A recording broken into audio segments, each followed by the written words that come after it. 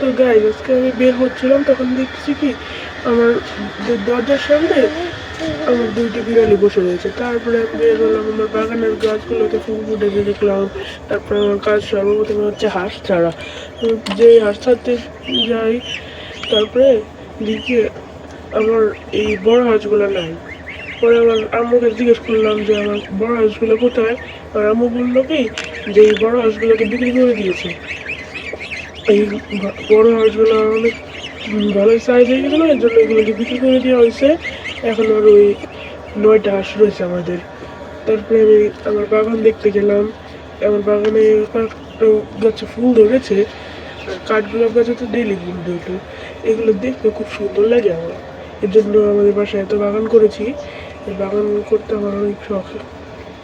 এই যে তারপর আবার আমাদের পেয়ারা গাছে পেয়ারা হয়েছে, কিন্তু ভালো করে দেখা যাচ্ছে না। কিন্তু আমাদের এই গাছটিতে 116টি পেয়ারা হয়েছে। তারপরে এই যে এই রঙ্গন গাছটি ফুল আমার কাছে অনেক সুন্দর লাগে। তারপরে রয়েছে এই যে রক্তজবার ফুল তো অনেক সুন্দর। এই সুন্দর ফুল আমি আর কোথাও দেখি না, খুব সুন্দর ফুল।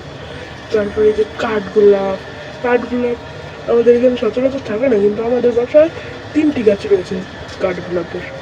তারপরে আমি দেখতে যাবো হচ্ছে আমার হাঁসগুলোকে। দেখছি কি আমার হাঁসগুলো ঘাস খাচ্ছে। আমি তো আগে জানতাম না যে রাজা হাঁস তো ঘাস খায়। পরে আমি জানতে পারলাম কি রাজা হাঁসে 80% খাবারই হচ্ছে ঘাস, এবং 20% তাদের অন্যান্য খাবার।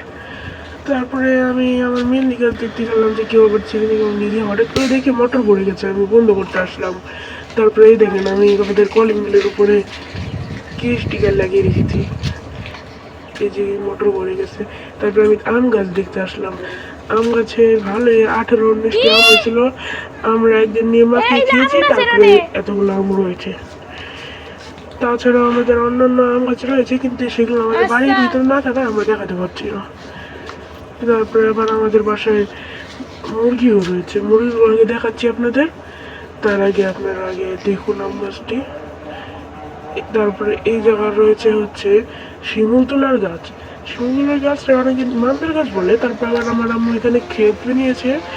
এটি হচ্ছে একটি মিনি ক্ষেত। তারপরে আমি এখানে মুরগি দেখছিলাম, তখন দেখছি কি এবার মুরগিগুলো খাবার থেকে বাইরে এসে তারপরে গাছের নিচে বসে রয়েছে। আমি দেখতে গেলাম ওরা কিরকম করে রয়েছে। দেখতে গেলে ওরা দৌড় দিল। পরে দেখতে পেলাম না ভালো মতো। পরে দেখি আমার হাঁসগুলা রাস্তায় চলে যাচ্ছে। হাঁসগুলো রাস্তায় গেলে যদি অ্যাক্সিডেন্ট করে, তার কারণে আমি ধরে নিয়ে আসলাম। তখন ধরে নিয়ে আসার সময় একজন মানুষ আমাকে জিজ্ঞেস করলো যে কয়টি হাঁস রয়েছে। আমি বললাম যে আমাদের 15টি হাঁস ছিল, কিন্তু আমার আম্মু দিয়ে দিয়েছে, এখন আমাদের কাছে 9টি হাঁস রয়েছে। তারপরে উনি বললো আচ্ছা যাও। তারপরে আমি ওদেরকে ঘরে নিয়ে আসলাম। ঘরে নিয়ে দাদি এখানে রেখে দিলাম যাতে ওরা এখানে ঘাস খায়। ওদের ঘাস খাওয়ার জন্য দিলাম। আর আমাদের আগে একটু বড় হাঁস অসুস্থ ছিল, তাই ওটাকে নেয় নাই, ওইটা রয়ে গেছে। হঠাৎ করে আকাশে তাকিয়ে দেখি কি এত মেঘ করেছে, যে কোনো টাইমে বৃষ্টি নামতে পারে। আমাদের এই জায়গা প্রতিদিন এখন বৃষ্টি নামছে সে কারণেই। আর এটি হচ্ছে আমাদের বাসার কদম গাছ। তারপর আমার আম্মা আরও একটি ক্ষেতের মতো বানিয়েছে। আমাদের কোন সময় বেগুন কিনতে হয় না, এগুলো থেকেই হয়ে যায় আমাদের কাছে।